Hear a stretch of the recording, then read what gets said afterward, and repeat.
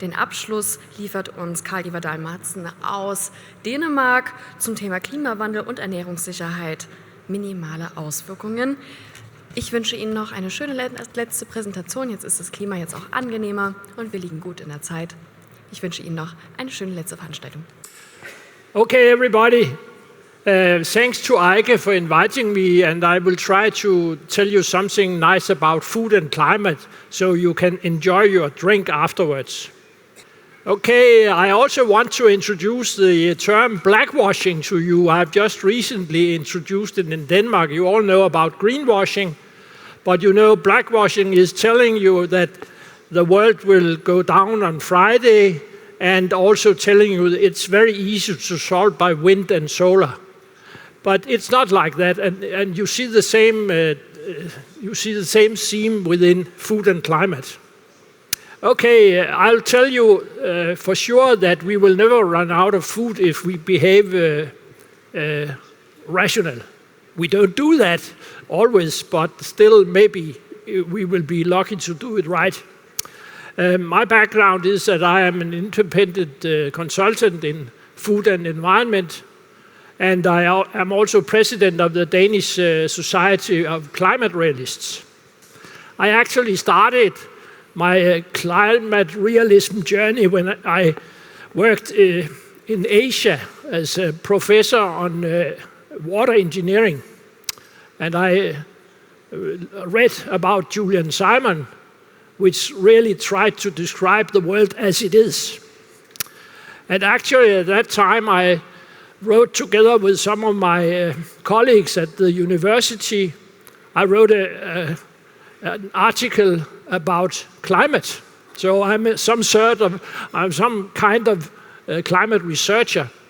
And at that time, my colleague and I, we said that it was very difficult to see a human signal in the changes. It was in 1999.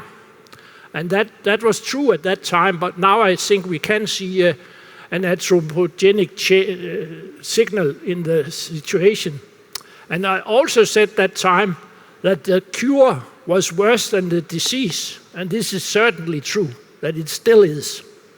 An important thing is to see what's actually happened in the world. Look at the observations and not all the models. And if we look at the world during the last 100 years, we have had a certain temperature increase, and the water level has increased a bit. But the real interesting thing is that we have been about 4 times as many people. We have had the child mortality decrease to a very low level, 3%. Life expectancy in the globe now is about 73 years, even including all the poor countries. We have declined the extreme poverty to 9%. Education now, 86% of all people are literate. We have 8 times more income per capita in real terms now. And we are getting much more resource efficient, even if people are telling us that the resources are running out. It's not true. We don't need to use nearly as much time now to work for a television as we did 50 years ago. And electricity is available to 93% of all people. And what's really interesting here is that agricultural productivity has increased nearly 4 times, and the lack of food is down to 8%. Then the naive observer could say it's because we have a warming and the sea has increased. No, of course not. Everybody can see that it means that weather and climate is not an important factor for human development. Not at all. It's a minor factor, but not an important factor. And if we look at food, we can say that food availability is rising. We cannot see any signal from climate change, maybe some positive, I will come into that. And the driver for increasing food availability is very simple, it's demand. People demand food, they will get it because there's ample production capacity. We are also having a highly increased efficiency, yields are rising and costs are falling because we are better at growing crops and animals. And the climate impact, if there is one, is marginal compared to the technological development. So the future for food will be lots of food, high quality food, available for everybody. The big picture is that we have increased food production tremendously during the years. And we now produce about $4 trillion per year, which is about little less than 4% of the gross domestic product of the world. If you look at the ratio, it's actually declining. And some say, that's bad, but it's not bad. It just shows us that agriculture has become such an efficient venture that we human beings don't need to use all our time for growing crops. And we can have conferences and do research. If we look at the meat production, it's also increasing rapidly because people demand meat, and I think it's a very good idea that they do that because it's healthy to eat meat, at least moderately. It's very healthy, so we should be happy that this is happening. And if we look at the cereal productions, they are increasing as well, the amount as the yield is increasing, and more than the per capita. So we have more and more food per capita. And my specialty is aquaculture. Denmark is a country with lots of water, so we can grow fish in the water. And recently, for a couple of years ago, aquaculture production in the world surpassed the fisheries. So fisheries are more or less stagnating because there's no more fish to catch. But aquaculture is increasing, and it's also a demand-driven venture. People want more fish, we grow more fish for them. It's about, total value of aquaculture is about $0.4 trillion. And we are getting well fed, as I already have shown. And there's absolute no excuse for hunger in the world. If there is hunger, it's because of bad governance. It's because of some president of an African country who doesn't feed his people but lives in luxury anyway. But on the contrary, we still listen to people who are telling us that next year we will starve. It's the Ehrlich, he's recently dead, and normally you shouldn't say bad things about dead people, but he has been a disaster because he has promoted doomsday on population and food forever and earned lots of money by doing it. What we see in the real world is a tripling of food production. And as I said, if there's still malnourishment, it has nothing to do with production capacity. It's purely a question of bad governance. And the biggest nutrition problem we have now is actually overfeeding. Obesity has surpassed malnourishment as the biggest nutrient problem we have in the world. That's why we have a Danish company called Novo who's earning a lot of money by giving people pills so they can get rid of their fat. And we also have to acknowledge here that food to exist is price inelastic. So if we make food too expensive, poor people will starve. But it doesn't matter if somebody cannot afford organic strawberries. They will cope anyway. As I said, the primary driver for food production is demand. We see a steadily increasing world population, probably top out in the late century, and maybe even begin to fall, which I don't think is a very good idea, but that's how it looks. And also a rapid economic growth, which means that the buying power of people in 100 years from now will be excellent and big, and they can get all the food they want. And as I already said, high quality food is increasing demand, As I mentioned, I am part of growing trout, which is a form of salmon, and we have no problem selling our products. We can also see that the meat consumption per capita increases rapidly with income. And again, we have increasing efficiency and decreasing costs. All major crops are grown more and more efficiently. If we look a little bit more closely into the matter and look at the wheat production for Denmark, which are one of the smart wheat production countries, we have had an increase, a doubling of our production since 1960, from 4 to about 8 tons per hectare. And we have also in Europe increased our production as well on the global scale. All of those had increased. But if you look at a certain interesting thing about these curves is that the variation of the Danish production is bigger than the variation of the European production, and again bigger than the global production.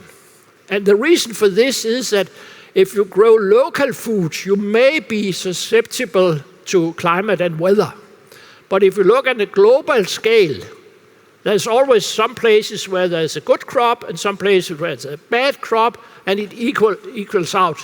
What we shouldn't do, what nobody should do, is to try to be self-sufficient in food. If you try to do that, then you are at risk. Also, the real food prices have lately not increased. And if you look at it in the very long run, like this curve with the wheat prices for England, you can see a drastic reduction since the industrial age started. That's where we got the fertilizers and so on. So the long term for food, even high quality food, is actually decreasing. And we have to understand that in the way that we human beings are much smarter than nature to grow food. There are many people who say that we take too much of the primary production of the world, but what they forget is that we actually affect the primary production of the world. When we grow crops, we fertilize and so on, we increase the primary production.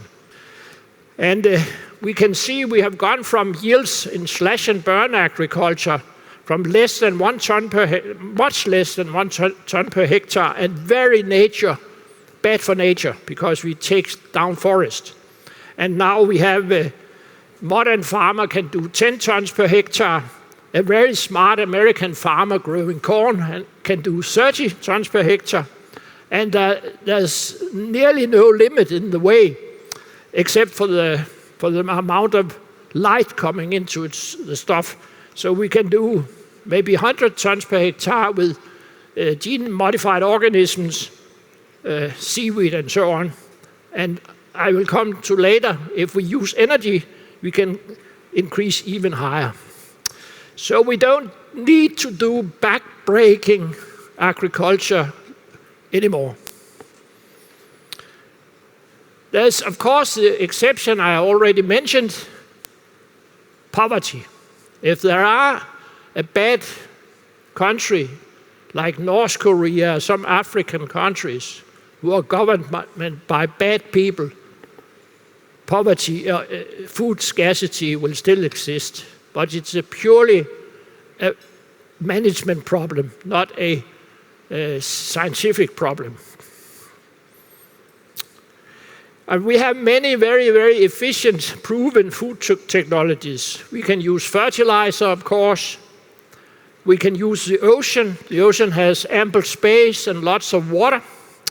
We can do mechanization. And we can use pesticides, which I call the nanotechnological hoe, because it's such a smart way without any really side effects to produce more.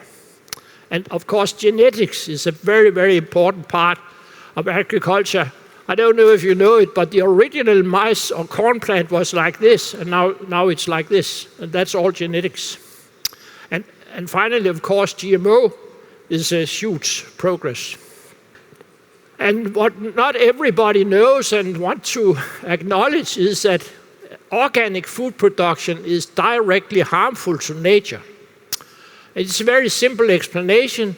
Organic food uses from 50% to double as much area as conventional food production. And so it doesn't make room for nature.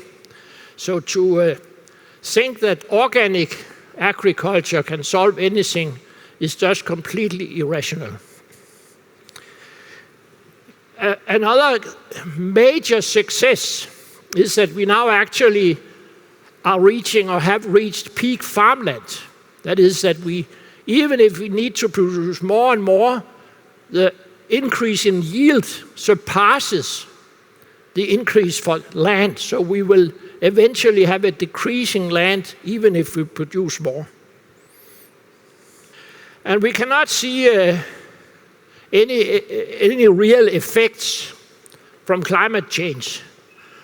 You could always argue that the production could have even been bigger, but that's a tough thing. What we see is that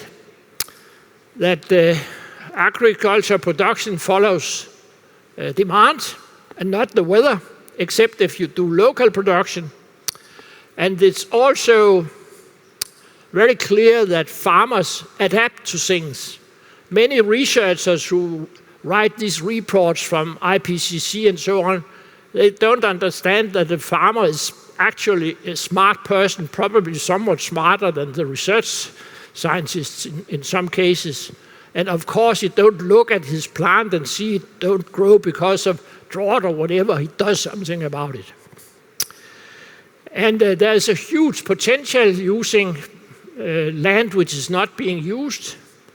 If the war in Europe stops, there will be so much grain-growing area available that Europe can start exporting lots of grains to the rest of the world. In Denmark, we have, because of climate change actually, because it's warmer, we have begun growing corn or maize. About 10% of the Danish area used for growing corn. It could not be done for 20 years ago, but now it's hot enough. And this always reminds me about this UK clergyman, Thomas Babington Macaulay, who said last century, or in 1800s, he said, "On what principle is that with nothing but improvement behind us, we are to expect nothing but deterioration before us?" If we look at the temperature growth curves for different crops, we can see that within the ranges which are realistic for temperature increase in the world, we have no problem really. We have a broad optimum curve up to at least 35 degrees Celsius where we can grow crops. We have to change crops. We can't grow wheat in very hot climate, but we can grow rice if we have enough water. So we can easily cope with the 3 degrees Celsius, which now the most standard predictions for the temperature increase are. IPCC doesn't really take that into account when they make predictions of food production impacts. They always do a study with adaptation and without adaptation. And then these are averaged. They're taking an average of the two, and that's rubbish because, of course, people will adapt. We have always adapted, and we will adapt. So if we look into adaptation, we can cope with this. If we look at the impacts, possible impact, the worst thing if a climate change occurs is drought. As plants is really, they need water. That's the most important thing for plants. But we haven't seen any real drought signal in the IPCC scenarios. So why should that be a problem? And precipitation maybe increases, but I'm a little bit in doubt after I saw the last lecture here if it's an artifact or it really is increasing. But it's not bad for agriculture if it's increasing. And everybody knows that we can adapt to this because Holland is a very, very, very wealthy country which has a high efficient production of agriculture. And 1/3 of Holland is below sea level. So it doesn't seem to be a problem for these Dutch people.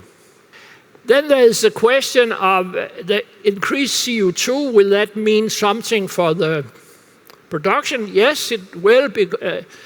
Not a lot. I think there's a tendency to overestimate a little bit because CO2 is not the only limiting factor for plant production. It's of course also water and nitrogen and phosphorus and pesticides and so on and so on. But at least the CO2 coalition says that there could have been an impact about 15 to 30% since 1900. I will not object to that. I will, on the other hand, also be a little bit skeptical if it's so much. And increased CO2 increases the ability of the plants to use nutrients, and particularly the water efficiency gets better when plants get more CO2. Basically, it's difficult to find any bad things about increased CO2 for plants. There's some a little bit crazy statement about that because the plants grow faster, the concentration of nutrients will be a little bit less, and there is actually a little bit of truth to that because it's the carbohydrates will increase, the growth of these will increase faster than the proteins. But if you look also at the protein yields, it will also increase. It will just be a little bit diluted. And then there is one very, very bad thing from climate on agriculture, and that's the idea of using bioethanol and biomass for fuel. Food is such a much more valuable crop than bioethanol. And the fantastic thing about food is that we grow the food to storage. It's a stored value. So we don't need, we use solar energy, but you use it in a smart manner. And lots of people have been damaged and hurt by these foolish ideas of using bioethanol and so on. And if we want to see a real human impact on food production in the world, we have to look at Venezuela. Because when this guy Chavez took office a little bit before year 2000, the plant production in Venezuela just did like that. And that's a human factor, but it has nothing to do with climate. Another interesting thing is that we had a famine in 1867 to 69 in Sweden.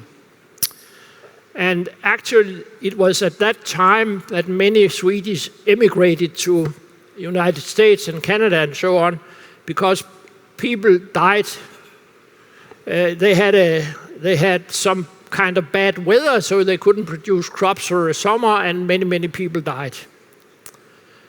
The situation now in our rich countries is completely different. Actually, in Denmark, we had a drought in 2018, which caused a production of 23% less grain than normal, or the year before. And if it had happened for 100, 200 years ago, many Danish people would have starved, but nobody starved. It cost us some money, but we were able to buy the food we needed, as we wanted to do. So, what will happen with the future? We will be able to grow all the food we can afford and we want to eat with a lower and lower impact. We can see in the world now that the carbon intensity, the CO2 emissions per dollar of GDP has topped out, and it's getting better and better.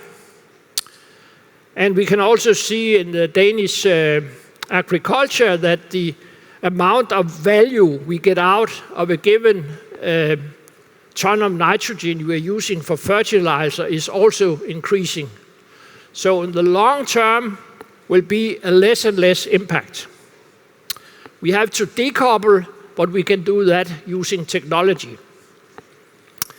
So what can we do in the future? Many interesting stuff. Ocean farming is one of them. We are very close to be able to go to the open oceans and grow fish, and then we can grow any quantity. And so on. I will go into them a little bit further now.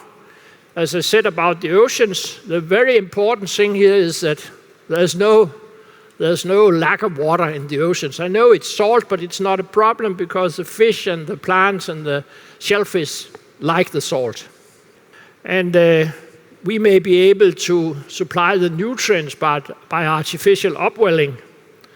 And if we go to the open oceans, the conditions are very good because there's not big variations in environmental factors. Then we have as a side discussion the insect craze. You know that United Nations and many other people want us to eat insects.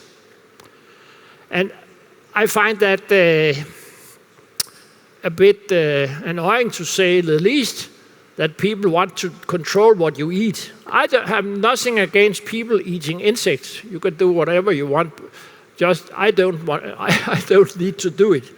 But the funny and interesting thing is that fish and insects both have the same resource efficiency because they are both cold-blooded animals who do not need to use their food for keeping warm. So they have a much better resource efficiency and they have much less impact on the environment. And fish are very valuable, insects are not. So you should think, what would you prefer for your dinner? Some kind of mealworm paste or a smoked salmon? I think I know what you would prefer. Precision agriculture, I'll not go into details, but it's a question of using drones and satellites and all other modern technology not to spread fertilizer indiscriminately or pesticides just all over the place, but go directly to the individual plant, like the Israelis have done many years with drip, where used water goes to the individual plant. We are we are on the road of doing that in many advanced agricultural countries, and it will change the picture. And of course, there is a more science fiction, futuristic idea. That is, can we grow animal cell cultures? And if we can do that at one point in time, it's much more difficult than people think. It's not a question of growing the animal cells. We can do that, but it's the structure. Think about a beef, which is just mush. Nobody wants to either. We have to have the structure, and that's difficult. But eventually we may solve it, and then we don't need to have a cow to get a sirloin. And as I already mentioned in the start, if we have an infinite supply of cheap energy, like nuclear-powered food towers, then we can grow crops in several floors. There are actually people doing vertical farming now, but it's not a success because they miss the point that the plant production is cheap because we use free solar energy for doing it. But if we get enough free energy, we can actually grow all the food the people will need on a very, very small area. So what can go wrong? Lots of things go wrong. I think that the biggest threat towards the world's population actually bad political decisions, and we see a lot of those. But maybe. Anyway, this idea of using windmills and solar makes pesticides and fertilizers more expensive. So it's not good. And there is also an anti-GMO lobby out there who don't want to use scientific principles for growing their food. And trade restrictions is a very bad thing. There are already too many trade restrictions on food. We should be able to export and import food from all over the world without any customs at all. It doesn't happen like that. On the contrary, we see an EU who are threatening other countries with not importing their goods because there's too much carbon or methane or whatever in it. And that's very bad. It costs us a lot if that happens. And then, of course, there's this romanticism. We should live in small villages and eat organic food. That would certainly go very wrong if we tried to do that. So a sane world will never run out of food. There's unlimited, not completely, but a nearly unlimited production capacity on land and in the seas. Climate change will be a minor factor. If there are regional climate changes, which there have been always in the world, then we have to move around. Then we have to move from a dry to a more wet place. But it's as I say, a minor factor. And the impacts of farming will steadily decrease, and we will get into affluence of food. Farming's great burden shall Hey, lessen we need each some year, sound. as science brings promise and yields without peer. For food in abundance from earth and blue tide, a sane world shall always keep hunger denied.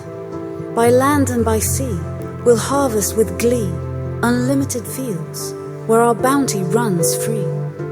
The climate may shift, but wise hands shall steer.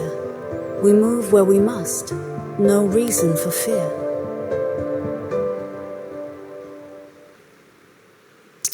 Okay, thank you for the word.